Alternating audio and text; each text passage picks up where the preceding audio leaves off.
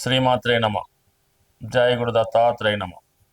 ఈ వీడియోలో మనం ధనుస్సు రాశి వారికి అక్టోబర్ నెల మాస ఫలితాలు పరిశీలించే ప్రయత్నం చేద్దాం. మరి ధనుస్సు రాశి వారికి ఈ నెల చాలా అనుకూలమైనటువంటి మార్పులు రాబోతున్నాయి. ప్రస్తుతం సప్తమ స్థానంలో సంచరిస్తున్నటువంటి గురుగ్రహం అంటే ఇంచుమించుగా మనకి రాశి మీద గురువు యొక్క దృష్టి పడుతుంటుంది. అలాగే 3, 7, 11 భావాలను యాక్టివేట్ చేయడం జరుగుతూ ఉంటుంది. ఇది జాతకుడిలో ఒక మంచి మార్గం వైపు నడిపించడానికి కారణం అవుతుంటుంది. తన యొక్క వాంఛల్ని, కోరికల్ని అదుపులో పెట్టుకొని సరైనటువంటి నిర్ణయం తీసుకోవడానికి కూడా అవకాశం ఉంటుంది. లాభస్థానంలో గురువు ఎప్పుడు కూడా నిజాయితీ అయిన పద్ధతుల ద్వారా ధన సంపాదనకు కారణం అవుతూ ఉంటుంది. తృతీయం మన కోరికలకు కారణం కాబట్టి మంచి ఆలోచనలతో జీవితం ముందుకు తీసుకెళ్తూ ఉంటారు.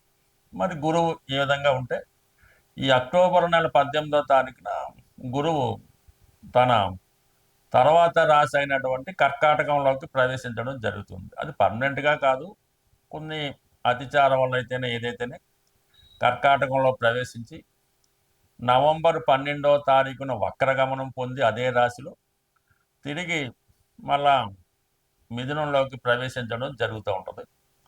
అయితే ఏదైనా అక్టోబర్ 18 తర్వాత గురువు మీకు ఉచ్చ ఫలితాలు ఇస్తాడు. అంటే చాలా బలవంతుడు అవుతాడు. రాష్ట్రాధిపతి ఎప్పుడైతే బలవంతుడయ్యాడో రాశి వారికి చాలా వరకు ఒక ప్రమోషన్ కొట్టినట్టే, ఒక మంచి బలవంతుడైనటువంటి ఒక వ్యక్తి మనకు సహకరించినట్టు ఉంటుంది ఆ గురువు ఉచ్చులోకి రావడం అంటే. అంటే మీరు రాష్ట్రాధిపతిగా మీ వ్యక్తిగత సామర్థ్యం పెరుగుతుంది, మీలో టాలెంట్ పెరుగుతుంది, ఆరోగ్యవంతులు అవుతారు, అనారోగ్య సమస్యల నుంచి బయటపడతారు. ఇక్కడ అనారోగ్యం అన్నప్పుడు కేవలం శరీర ఆరోగ్యమే కాకుండా మనసుకు సంబంధించినవి రకరకాల ఆలోచనలు, హ్యాబిట్స్, బలహీనతలు వీటన్నిటి నుంచి బయటపడి మంచి మార్గంలో వెళ్ళడానికి కారణమవుతుంది. చతుర్థ స్థానం అక్కడ శని ఉన్నాడు, అర్ధాష్టమ శని నడుస్తుంది. ఏదో ఎంత కష్టపడ్డా చివరికి రిజల్ట్ కరెక్ట్గా లేకపోవడం, మంచికి వెళ్తే చెడు ఎదురవడం, అలాగే మనం ఎవరినైతే బాగా నమ్ముతాం వాళ్ళు హ్యాండ్ ఇవ్వడం, మోసం చేయడం, ఇవన్నీ చతుర్థంలో అర్ధాష్టమ శని వల్ల జరుగుతున్నాయి. ఇప్పుడు గురువు ఎప్పుడైతే ఉచ్చులోకి వచ్చాడో ఆటోమేటిక్గా శని బలహీనుడు అవుతాడు అనమాట. అంటే ఆ గ్రహం యొక్క డిపాజిటర్ ఎంత బలంగా ఉంటే అందులో ఉన్నటువంటి ఈ గ్రహం మరి తన ఫలితాన్ని అంటే శుభ ఫలితాలు పెంచుకుంటుంది, పాప ఫలితాలు తగ్గించుకుంటుంది. పైపై చేయడంటే ఈ గురువు 9వ దృష్టితో చతుర్థాన్ని వీక్షిస్తున్నాడు. అందువల్ల ఏంటంటే విద్యార్థులు ఉన్నత విద్య సాధిస్తారు, విదేశ ప్రయత్నాలు ఫలిస్తాయి, మీకు కూడా ఒక స్థిరాస్తి సంక్రమిస్తూ ఉంటుంది. పెద్దవారి ద్వారా కానీ ప్రభుత్వం ద్వారా కానీ ఒక గృహయోగం కలుగుతుంది. వ్యక్తిగతంగా మీకు వారసత్వంగా వచ్చే ఆస్తి రావచ్చు, లేదంటే మీరు ఏదన్నా ఒక మంచి గృహంలోకి మారచ్చు. అది సొంతది అవ్వచ్చు, వేరే కారణం కావచ్చు. ప్రస్తుతం సొంత దానిలాగే వ్యవహారం చేయడం జరుగుతుంటుంది. చతుర్థ భావ ఫలితాలు తల్లిగారి యొక్క ఆరోగ్యం బాగుపడుతుంది, సొంత గృహంలో సొంత ఊరిలో మీకున్నటువంటి ఆస్తి వాల్యూ పెరుగుతూ ఉంటుంది. ఇవన్నీ అనుకూలంగా ఉన్నాయి. ఇంకా కిందకు వస్తే దశమ స్థానంలో రవి బుధులు భాగ్య రాజ్యాధిపతులు, ఉద్యోగంలో హోదా గౌరవం పెరుగుతుంది, నూతన ఉద్యోగ ప్రయత్నాలు ఫలిస్తాయి. నెమ్మదిగా రవి కూడా ఈ అక్టోబర్ ద్వితీయార్థంలో 11వ స్థానంలోకి వస్తాడు. అంటే భాగ్యాధిపతి లాభస్థానంలోకి వస్తాడు. ఆటోమేటిక్గా మీకు ప్రభుత్వ సహకారం కానీ తండ్రి గారి సహకారం కానీ అదృష్టం వల్ల అయితేనే పిల్లల సహకారంతో కంప్లీట్గా మీరు ఏదైతే కోరుకుంటున్నారో మీ మనసులో ఉన్నటువంటి విషయాలు వారు తెలుసుకొని మీకు భగవంతుడు అనుగ్రహం ఇచ్చినట్టు రవి లాభంలోకి వస్తే ఆటోమేటిక్గా అన్ని గ్రహాలు కూడా మీకు అనుకూలంగా పనిచేయడం జరుగుతుంది. అది సుమారుగా ఒక నెల రోజుల పాటు ఉంటుంది అన్నమాట. అంటే మనకి అక్టోబర్ 16 నుంచి మళ్ళీ నవంబర్ 16 వరకు అటు ఇటుగా అక్కడ ఉండడం జరుగుతుంది. 11వ స్థానంలో రవి ఉండడం, అలాగే రాష్ట్రాధిపతి గురు ఉచ్చులో ఉండడం, ఇవన్నీ కూడా ఈ ధనుసు రాశి యొక్క వ్యవహారాలు, యాటిట్యూడు, జీవన విధానం మొత్తం కంప్లీట్గా చేంజ్ అవుతాయి. ఏదో ఒక ప్రభుత్వ గుర్తింపో, ప్రభుత్వ పదవో, గౌరవం లభిస్తుంటుంది. అంటే దేనికదే లభిస్తూ ఉంటుంది. ఈ విధంగా రావడం జరుగుతూ ఉంటుంది. ఈ స్థితిగా నెల ప్రారంభంలో కుజుడు కూడా 11వ స్థానంలో ఉండడం, ఇంచుమించుగా అన్ని గ్రహాలు కూడా 11వ భావం మీద దృష్టో ఏదో ఒకటి పెడుతున్నాయి అన్నమాట. దానివల్ల ఏంటంటే ఇంచుమించుగా అన్ని గ్రహాలు మీకు సహకరించడం వల్ల నెమ్మది నెమ్మదిగా ధనుసు రాశి వారి యొక్క అభివృద్ధి పునఃప్రారంభమైందనే చెప్పొచ్చు. చిన్న చిన్న బలహీనతల నుంచి బయటపడతారు. ముఖ్యంగా అర్ధాష్టమ శని యొక్క ప్రభావం కొంతవరకు తగ్గడం వల్ల ఎక్కువ మానసిక ప్రశాంతంతో ఆనందంగా జీవించే అవకాశం ఉంటుంది. మనం గోచార ఫలితాలు తెలుసుకునే ప్రయత్నంలో కేవలం మీ యొక్క చంద్రుడి యొక్క స్థితిని ఆధారంగా తీసుకుని మాత్రమే మిగతా గ్రహాలు సంచారాన్ని మీకు తెలియజేయడం జరుగుతూ ఉంటుంది. ఇందులో చెప్పిన ఫలితాలు చాలా వరకు జరగచ్చు, జరగకపోవచ్చు. అయితే ఎలాగైతే చంద్రుడి యొక్క రాశి ఉంటుందో మిగతా రాశుల మీద కూడా, అంటే బుధుడు, శుక్రుడు ఈ రాశుల వారి మీద కూడా ఈ గ్రహాలు మారినప్పుడు దాని ప్రభావం కనబడుతూ ఉంటుంది. ఉదాహరణకి మీ జన్మ జాతకంలో శుక్రగ్రహం ఉన్న చోటికి గురుగ్రహం వచ్చిన, గురుగ్రహ వీక్షణ ఉన్న వివాహం కంపల్సరీగా జరుగుతూ ఉంటుంది.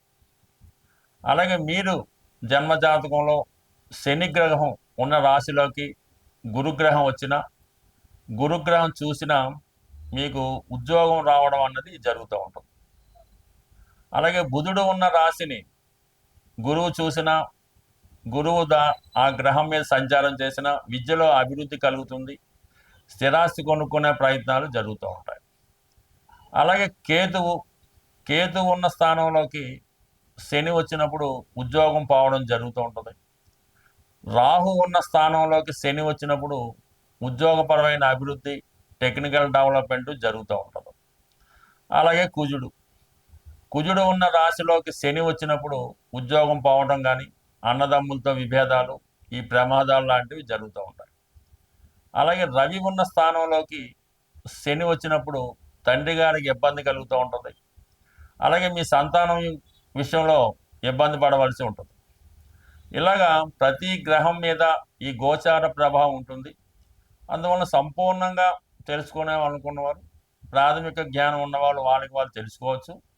లేనప్పుడు కొద్దిగా అనుభవం ఉన్న జ్యోతిష్కుని సంప్రదించి ఏదైతే గ్రహం పాపగ్రహాల చేత ఇబ్బంది పడుతుందో ఆ గ్రహానికి మీరు పరిహారం చేసుకోవడం వల్ల ఖచ్చితమైన ఫలితం రావడం జరుగుతూ ఉంటుంది. అంటే ఏ పరిహారం కన్నా గోసేవ చేయడం వల్ల కానీ, గోవుకి సరైనటువంటి అంటే మంచి ఆహారాన్ని అందించడం వల్ల, అలాగే గోక్షీరంతో మీ ఇష్టదైవానికి, అంటే ఎక్కువగా అన్నిటికీ శివుడే కాబట్టి శివుడికి అభిషేకం చేయడం వల్ల చాలా ఎక్కువ ఫలితాన్ని తొందరగా మనం పొందవచ్చు. అయితే ఎక్కువగా ఉద్యోగపరమైన సమస్య ఉన్న, వివాహపరమైన సమస్య ఉన్న, పిల్లలు ఎడ్యుకేషన్ పరంగా రాణించలేకపోతున్నా అంటే గోవులకి పచ్చగడ్డి పెట్టడం వల్ల మీ యొక్క సమస్య పరిష్కారం అవుతూ ఉంటుంది. అంటే కొన్ని పట్టణాల్లో అది దొరకడం కష్టం, కానీ ఏదో విధంగా సేకరించి, అంటే ఒకేసారి ఎక్కువ గోవులకి ఈ పచ్చగడ్డిని ఇవ్వాల్సి ఉంటుంది. నామకాహ ఏదో కొద్దిగా పచ్చగడ్డి తెచ్చి ఒక ఆవు పెడితే దాని ఫలితం అయితే కనబడదు. ఎక్కువ గోవులు ఉన్న చోట ఆ గోవులకి అంటే సుమారు ఒక 100 గోవులన్నా ఉండాలి. అటువంటి గోవులకి ఇంచుమించుగా 100 గోవులకి ఈ పచ్చగడ్డిని మీకు అనుకూలమైన రోజులు, అంటే ఏదన్నా సాధన తార, క్షేమతార వచ్చినప్పుడు ఆ గోవులకి ఈ పచ్చగడ్డి ఆహారంగా మీరు తినిపించవచ్చు. లేదంటే మీ సిబ్బందితో దన్నా పెట్టచ్చు. మీ ప్రెజెన్స్ మాత్రం అక్కడ ఉండాలి. ఆ గోవులు అవి తిన్నప్పుడు ఆ కళ్ళలో ఆనందాన్ని, మీకు చాలా సంతోషాన్ని కలిగిస్తూ ఉంటుంది.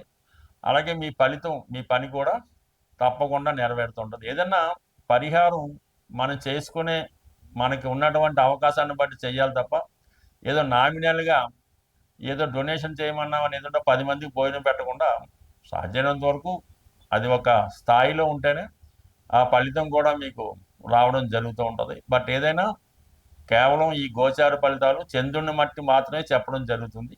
ప్రతి గ్రహం మీద ప్రతి గ్రహ ప్రభావం ఉంటుంది. అది సంపూర్ణంగా తెలుసుకోవడం వల్ల డే టు డే, మంత్ ఎప్పటికప్పుడు కార్యక్రమాలు మనం చేసుకోవచ్చు.